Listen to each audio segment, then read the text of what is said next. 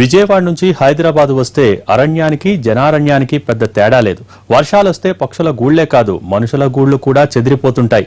పాపం హైదరాబాద్లో అకాల వర్షం దెబ్బకు ఒక లేడీస్ హాస్టల్ ఎలా చెదిరిపోయిందో మీరే చూడండి.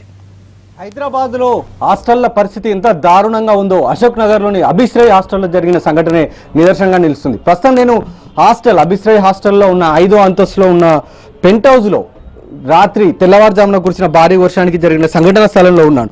ఈ హాస్టల్ చూస్తే పైన 5వ ఫ్లోర్లో పూర్తిగా కూడా రేకుల షెడ్ తోటి అతను నిర్మించాడు. రోజుకి నెలకు 5,000 రూపాయలు అమ్మాయిల దగ్గర నుండి అద్దెకు తీసుకుంటూ వీళ్ళని కేవలం ఈ రూమ్లలోనే ఉంచి వాళ్లకు అద్దెకిస్తున్న పరిస్థితి ఉంది. ఎంత దయనీయంగా ఉంది అనేది మనం ఇప్పుడు ఈ విజువల్స్లో మీకు చూస్తే అర్థమవుతుంది. తెల్లవారుజామున కురిసిన వర్షానికి ఈ ప్రస్తుతం మనం చూస్తున్న ఈ పైన రేకుల షెడ్ అంతా కూడా ఎగిరిపోయి కింద పడిపోవడం జరిగింది. ఆ తర్వాత లోపల వాళ్ళ కట్టుకున్న బట్టలు తప్ప మిగతావి అన్నీ కూడా పూర్తిగా వర్షానికి తడిచిపోయాయి. ఇటు సెల్ ఫోన్స్ కావచ్చు, వాళ్ళు తెచ్చుకున్న మనం బుక్స్ కూడా చూస్తున్నాం ఎదురుగా. ప్రధానంగా అశోక్ నగర్ అంటేనే ఎక్కువగా పోటీ పరీక్షలకు పాల్గొనడానికి, పోటీ పరీక్షల్లో పోటీ పడడానికి చాలా మంది ఇతర ప్రాంతాల నుండి, ప్రధానంగా రూరల్ ప్రాంతాల నుండి ఎక్కువగా వస్తుంటారు. అలాంటి విద్యార్థినులు నెలకు 5,000 రూపాయలు అద్దె చెల్లించి ఈ అభిశ్రయ్ హాస్టల్లో ఉంటున్నారు. అలాంటి అభిశ్రయ్ హాస్టల్లో 5,000 రూపాయలు తీసుకుంటున్నప్పుడు వాళ్ళకి చాలా పకడ్బందీగా కట్టుదిట్టమైన ఏర్పాట్లు చేయాల్సి ఉంటుంది. కానీ అత్యాశకు పోయి ఈ విధంగా రేకుల షెడ్లలో సులాభం కోసం, అత్యాశ కోసం అమ్మాయిల జీవితాలతోటి ఆడుకుంటున్న పరిస్థితి ఉంది. రాత్రి 3:30 ప్రాంతంలో కురిసిన భారీ వర్షం, అమ్మాయిలందరూ కూడా చాలా గాఢ నిద్రలో ఉండి ఉంటారు. ఆ సమయంలో ఒక్కసారిగా వర్షము గాలికి పైన వీళ్ళు ఉన్న రేకుల షెడ్ మొత్తం కూడా ఎగిరిపోవడం జరిగింది. ఆ పైన మంచం మీద పడుకున్న వాళ్ళందరూ కూడా అకస్మాత్తుగా భయపడి వాళ్ళందరూ కూడా కిందికి రావడం జరిగింది. ఈ సంఘటనలో 5గురికి గాయాలు అయ్యాయి. ప్రస్తుతానికి మాత్రం వాళ్ళంతా ఆసుపత్రిలో చికిత్స పొందుతున్న పరిస్థితి ఉంది. మిగతా వాళ్ళందరూ తమకు న్యాయం చేయాలి, అలాగే హాస్టల్ నిర్వాహకుడి పైన కఠినంగా వ్యవహరించాలని వాళ్ళు డిమాండ్ చేస్తున్నారు. ఇలాంటి సంఘటనలు మరొకటి జరగకుండా ఉండేలాగా ప్రైవేట్ హాస్టల్ నిర్వాహకులపైన ఇప్పటికైనా ప్రభుత్వం కానీ, ఇటు జిహెచ్ఎంసీకి సంబంధించిన అధికారులు కానీ కఠినంగా వ్యవహరించాల్సి ఉంది. ఎందుకంటే వీళ్ళందరూ కూడా ఇతర ప్రాంతాల నుండి చదువుకోవడానికి వచ్చిన వాళ్ళు. అలాంటి యువతుల పట్ల కేవలం డబ్బు కోసం మాత్రమే ఈ విధంగా వ్యవహరించడం. రాత్రి జరిగిన సంఘటనలో ఎలాంటి ప్రాణాపాయం జరగలేదు, కానీ ఒకవేళ జరిగి ఉంటే బాధ్యత ఎవరు వహిస్తారనేది ఆలోచించాల్సిన అవసరం ఉంది. ప్రస్తుతం అభిశ్రయ్ హాస్టల్కి సంబంధించిన నిర్వాహకుడు పరారీలో ఉన్నాడని పోలీసులు చెప్తున్నారు. మరొక వైపు అతన్ని అరెస్ట్ చేయాలి, తమకు న్యాయం చేయాలంటూ కూడా ప్రస్తుతం బాధిత విద్యార్థులందరూ కూడా ఆందోళన చేస్తున్న పరిస్థితి ఉంది. ఇప్పటికైనా ఇలాంటి సంఘటనలు మళ్ళీ జరగకుండా ఉండేలాగా అధికారులు చర్యలు తీసుకోవాల్సిన అవసరం ఎంతైనా ఉంది. కెమెరామెన్ రాజరామేశ్తో రాధాకృష్ణ టీవీ, హైదరాబాద్. ఎండ దెబ్బకే కాదు వాన దెబ్బకు కూడా జనజీవితం అతలాకుతలం అయిపోతుంది. అందుకు ఈ తెల్లవారుజామున కురిసిన అకాల వర్షమే ఉదాహరణ. హైదరాబాద్ నగరంలోని కర్మాన్ ఘాట్ లో ఒక హోర్డింగ్ కూలి జనమెంత భయాందోళనకు లోనయ్యారో చూద్దాం. కర్మాన్ ఘాట్ వచ్చాము. ఇక్కడ తిరుమల నగర్ కాలనీలో హోర్డింగ్ పూర్తిగా కూలిపోయిన పరిస్థితి మనం విజువల్స్ లో చూడవచ్చు. ఉదయం కురిసిన భారీ వర్షము, అలాగే తీవ్రంగా వచ్చిన గాలికి హోర్డింగ్ మొత్తం కూడా కూలి కింద పడిపోయింది. కమాన్ ఉండడం వల్ల రోడ్డు మొత్తం కూడా రాలేదు, మధ్యలోకి మాత్రం కమాన్ కొంతవరకు ఆపింది. అలాగే దానికి ఆనుకునే ట్రాన్స్ఫార్మర్ కూడా కనబడుతుంది మనకి. ట్రాన్స్ఫార్మర్ మీద కూడా పడడం జరిగింది. ఒకవేళ ఈ ఉదయం సమయంలో కనుక ఈ సంఘటన జరిగితే మాత్రం చాలా తీవ్రంగా ఉండేది పరిణామాలు. ఎందుకంటే ట్రాన్స్ఫార్మర్ కరెంటుకు సంబంధించి సరఫరా ఉంటుంది కాబట్టి ఆ సమయంలో కనుక పడితే మాత్రం చాలా ఇబ్బందికరంగా ఉండేది. ప్రస్తుతము ఆ కూలిన హోర్డింగ్ మొత్తం కూడా కరెంటు పోల్ పైనే పడడం జరిగింది. కరెంటు పోల్కు సంబంధించిన వైర్లు ప్రస్తుతము ఆ హోర్డింగ్ ని నిలబెట్టాయి. ఆ తర్వాత హోర్డింగ్ కూడా పూర్తిగా ఎలాంటి పకడ్బందీ నిర్మాణం కూడా చేపట్టలేదు. కేవలం కొన్ని స్లాబ్కు సంబంధించి స్లాబ్ మీద చిన్న చిన్న దిమ్మల్ లాంటివి ఏర్పాటు చేసి వాటి ద్వారానే హోర్డింగ్ నిర్మాణం చేపట్టారు. ఈ భారీ వర్షము అలాగే గాలి రావడం వల్ల ఈ హోర్డింగ్ మొత్తం కూడా కూలిపోయి కమాన్ మీద పడడం జరిగింది. ఆ తర్వాత కమాన్ కింద మనం చూస్తున్నాం కరెంటు స్తంభం సంబంధించిన. కర్మాన్ ఘాట్ మాత్రమే కాదు, నగరంలో దాదాపు ప్రతి ప్రాంతంలో ఇదే పరిస్థితి. హోర్డింగ్లే కాదు, చెట్టు చేమ మొత్తం నేల కూలి జనజీవనాన్ని స్తంభింపచేసింది. చాదర్ఘాట్ వెళ్లి అక్కడి వర్ష భీభత్స దృశ్యాన్ని చూద్దాం.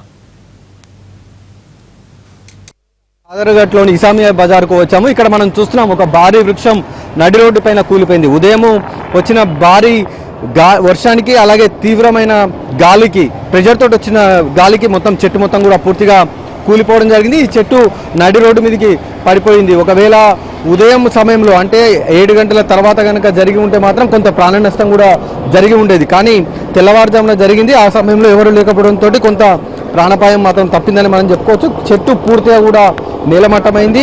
వేళ్లతో సహా బయటికి వచ్చిన పరిస్థితి. అలాగే కరెంటుకు సంబంధించిన బాక్సులు ఉన్నాయి కొన్ని ఇక్కడ, వాటిపైన కూడా పడిపోయింది. ఒక ఎలక్ట్రిక్ పోల్ కూడా పూర్తిగా ఈ భారీ వృక్షం ఒరిగిపోవడం వల్ల అది కూడా ఒరిగిపోయిన పరిస్థితి ఉంది. ప్రస్తుతం అధికారులు తొలగించేందుకు ఏర్పాట్లు చేస్తున్నారు. ఉదయం కురిసిన ఈ వర్షం హైదరాబాద్లో ఉన్న అనేక చెట్లు భారీ వృక్షాలు పూర్తిగా నీలమట్టం అయ్యేలా చేశాయి. ఒక కోటి ఇసామియా బజార్లోనే కాదు, ఇటు కోటి ఆంధ్ర బ్యాంక్ చౌరస్తాలో ఉన్న ఒక భారీ వృక్షంతో పాటుగా సెక్రటేరియట్ నుండి నెక్లెస్ రోడ్డు వరకు ఉన్న భారీ వృక్షాలు కూలిపోయాయి. అలాగే మిదాని డిపో నుండి బీడీఎల్కు వచ్చే దారిలో ఉన్న భారీ వృక్షాలకు సంబంధించిన కొమ్మలు కూడా విరిగిపోవడం జరిగింది. పురాన్పూల్లో ఉన్న 3 చెట్లు నీలమట్టమయ్యాయి. మరికొన్ని ప్రాంతాల్లో ఉన్న చెట్లు కూడా పూర్తిగా నీలమట్టమైన పరిస్థితులు చోటు చేసుకోవడం జరిగింది.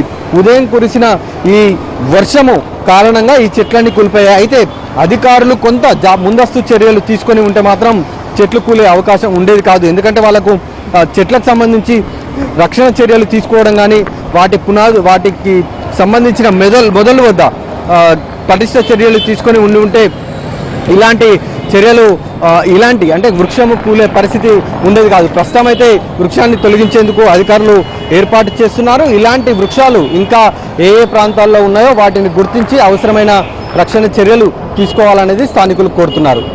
కెమెరామెన్ రాజరమేశ్తో రాధాకృష్ణ టీవీ, హైదరాబాద్. ఎండాకాలంలో ఎందరో జనానికి నీడగా నిలిచిన పెద్ద పెద్ద వృక్షాలు కూకటి వేళ్లతో సహా కూలిపోయాయంటే ఈ వర్షం ఎంత పెద్దదో అర్థం చేసుకోవచ్చు. ఈ చెట్లు కూలడాన్ని బట్టి వర్ష ప్రభావం ఏంటో తెలుసుకోవచ్చు. కోటి లాంటి ప్రధాన ప్రాంతాల్లోని వర్ష బీభత్సం ఎలాంటి దారుణాలకు కారణమైందో తెలుసుకుందాం. తెల్లవారుజామున కురిసిన భారీ వర్షం ఇటు నగరంలో ఉన్న భారీ చెట్లను అన్నిటి కూడా నీలమట్టం చేసింది. ఒక్కసారిగా వచ్చిన గాలులు, అది కూడా విపరీతంగా బలమైన గాలులు రావడం జరిగింది. ఈ గాలులకి ప్రధానంగా భారీ వృక్షాలు ఎక్కువగా నీలమట్టమైన సంఘటనలు చోటు చేసుకోవడం జరిగింది. ప్రస్తుతం మనం కోటి ఇసామియా బజార్లో ఉన్న చెట్టు కూలిన ప్రాంతంలో ఉన్నాం. ఇక్కడ మనం చూస్తున్నాం భారీ వృక్షం ఇది. తెల్లవారుజామున వచ్చిన గాలి తీవ్రతకు ఇది పూర్తిగా ఒరిగిపోవడం జరిగింది. మొత్తం రోడ్డుపైనే ఒరిగిపోవడం జరిగింది. ఈ చెట్టు కూలిపోతుందని గత కొద్ది కాలంగా తాము అధికారులకు చెప్తున్నాము, కానీ పట్టించుకోలేదనేది ఒకవైపు చెప్తున్నారు. చెట్టు కూలడం ద్వారా పక్కనే ఉన్న కరెంటు పోల్ పైన కూడా చెట్టు పడిపోవడం జరిగింది. దీంతో ఇక్కడ ఉన్న విద్యుత్ కూడా తీవ్ర అంతరాయం జరిగింది. తెల్లవారుజామున 4 గంటలకు సంఘటన జరిగితే 4 గంటలకు సంఘటన జరిగితే ప్రస్తుతం 9 గంటలు కావస్తుంది. ఇప్పుడు ఇక్కడికి జిహెచ్ఎంసీ సిబ్బంది వచ్చి ప్రస్తుతము చెట్లను తొలగించే ప్రయత్నం చేస్తున్నారు. అంటే 4 గంటలు ఆలస్యంగా అధికారులు ఇక్కడికి సిబ్బందిని పంపించి చెట్లను తొలగించేందుకు ఏర్పాటు చేశారు. మరొక వైపు చెట్టు పూర్తిగా కూడా నడి రోడ్డు మీదకి రావడంతో తీవ్ర ఇబ్బందులు ఎదురవుతున్నాయి. చాదర్ఘట్ నుండి కోటికి వెళ్లే ప్రధాన రహదారి ఇది, ఉమెన్స్ కాలేజ్ వరకు వెళ్లే దారి ఇది. ఈ దారి వెంటనే ఈ చెట్టు కూలిపోవడం ద్వారా ఇబ్బందులు ఎదురవుతున్న పరిస్థితి ఉంది. రోడ్డును మొత్తం కూడా పూర్తిగా క్లోజ్ చేశారు అధికారులు. మిగతా కేవలం 2 వీలర్స్ మాత్రమే ప్రస్తుతం లోపలికి అనుమతిస్తున్నారు. మిగతా వారిని ఎవరిని కూడా అనుమతిస్తలేరు. అయితే ఎలాంటి ప్రాణహాని జరగలేదు, ఎందుకంటే తెల్లవారుజామున కింద పడిపోవడం ద్వారా ఎలాంటి హాని జరగలేదు. కానీ ఒకవేళ ఉదయం సమయంలో కనుక పడుంటే మాత్రం కొంత ఇబ్బందికర పరిస్థితులు ఎదురయ్యేది. దీనికి సంబంధించి మనతో మాట్లాడడానికి స్థానికులు ఉన్నారు. మీరు చెప్పాము, అధికారులకు చెప్పాము, పట్టించుకోవట్లేదని చెప్తున్నారు. రాత్రి 3:30కి అయింది సార్. నేను 4:30, 6 o'clock నుంచి నేను ఇంటిమేషన్ చేస్తుంటే మున్సిపల్ ఎవరు రెస్పాన్సిబిలిటీ తీసుకుంటలేదు. చెట్టు పడిపోతుంది, ఇంకోటి పక్కది కూడా పడిపోతుందని మేము ఎన్నో మాటలు చెప్పినాము. స్ట్రీట్ లైట్ వస్తలే, చెట్లు వేస్ట్ ఉన్నాయి, ఆల్రెడీ వంగిపోయినాయి అని ఇంతకుముందు కూడా మేము కంప్లైంట్ ఇస్తే మాకు సంబంధం లేదు, ఫారెస్ట్ డిపార్ట్మెంట్ చెప్పాలి, ఆర్ డిపార్ట్మెంట్ చెప్పాలని ఎన్నో రాట్లేదు. ఇది నేషనల్ హైవే, ఇది కోటి ఏరియా, 24 గంటలు పబ్లిక్ ఉంటుంది.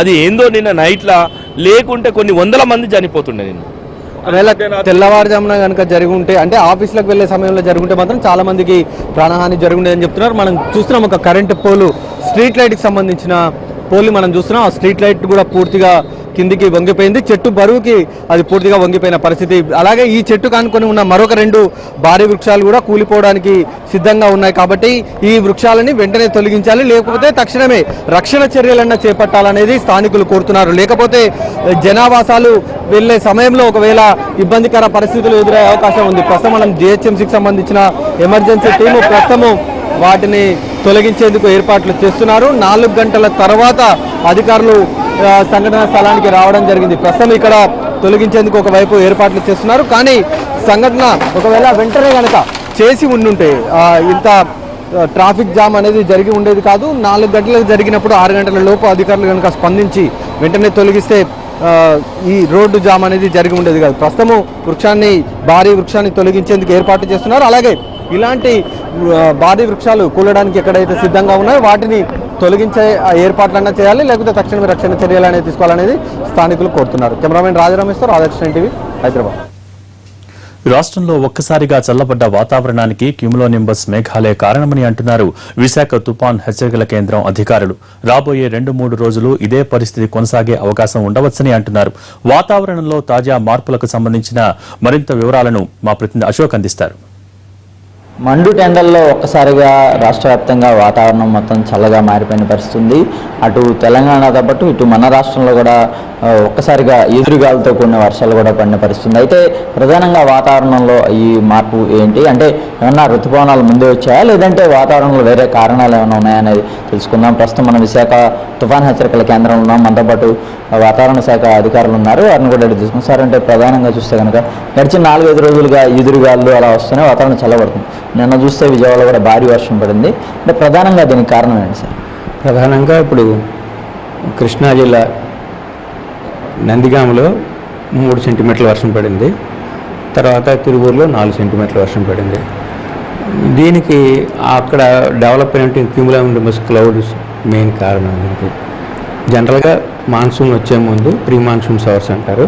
ఇది కాకుండా ఇప్పుడు దానికి అడ్జసెంట్గా ఇప్పుడు తెలంగాణ మించిన ఒక ట్రఫ్ వెళ్ళడం కూడా అది ఒక కారణం.